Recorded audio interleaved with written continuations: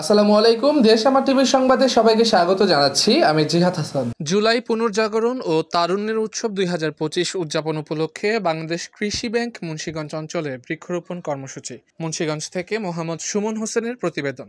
বৃক্ষ দিয়ে সাজাই দেশ, সমৃদ্ধ করি বাংলাদেশ, এই প্রতিপাদ্য সামনে রেখে জুলাই পুনর্জাগরণ ও তারুণ্যের উৎসব ২০২৫ উদযাপন উপলক্ষে পরিবেশ সংরক্ষণ এবং জলবায়ু পরিবর্তনের চ্যালেঞ্জ মোকাবেলায় বাংলাদেশ কৃষি ব্যাংক দেশের সকল শাখায় পরিবেশ বান্ধব নানামুখী কর্মসূচি গ্রহণ করেছে। এই কর্মসূচির অংশ হিসেবে আজ বাংলাদেশ কৃষি ব্যাংক মুন্সিগঞ্জ অঞ্চলের মুখ্য আঞ্চলিক ব্যবস্থাপকের উদ্যোগে অঞ্চলের মোট ১৭টি শাখায় বৃক্ষরোপণ কর্মসূচি অনুষ্ঠিত হয়। বুধবার ৬ আগস্ট সকাল ১০ ঘটিকায় president professor doctor Iajuddin Ahmed residential model school and college মাঠ প্রাঙ্গণে বাংলাদেশ কৃষি ব্যাংক মুন্সিগঞ্জ শাখার পক্ষে বৃক্ষরোপণ করে এই কর্মসূচি উদ্বোধন করেন বাংলাদেশ কৃষি ব্যাংক মুন্সিগঞ্জ অঞ্চলের মুখ্য আঞ্চলিক ব্যবস্থাপক মোহাম্মদ রেজাউল করিম আকন্দ। এ সময় কর্মসূচিতে উপস্থিত ছিলেন বাংলাদেশ কৃষি ব্যাংক মুন্সিগঞ্জ শাখার ব্যবস্থাপক সমবায় মোহাম্মদ সিদ্দিকুর রহমান, বাংলাদেশ কৃষি ব্যাংক মুখ্য আঞ্চলিক কার্যালয়ের সহকারী মহাব্যবস্থাপক মোহাম্মদ জাহিদুল ইসলাম এবং president professor doctor Iajuddin Ahmed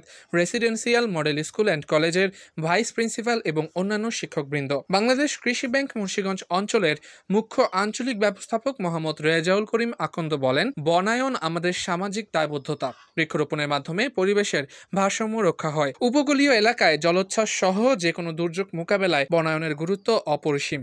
বেশি বেশি গাছ লাগালে সামাজিক ও প্রাকৃতিক ভারসাম্য রক্ষা হবে। তিনি সকলকে অধিক পরিমাণে বৃক্ষরোপণের আহ্বান জানান। এছাড়াও অনুষ্ঠানে উপস্থিত ছিলেন বাংলাদেশ কৃষি ব্যাংক মুন্সিগঞ্জ শাখার ঊর্ধ্বতন কর্মকর্তা মোহাম্মদ আবুল হোসেন, কর্মকর্তা মোহাম্মদ গিয়াসউদ্দিন, মোহাম্মদ সুমন হোসেন। দেশ আমার টিভি, মুন্সিগঞ্জ।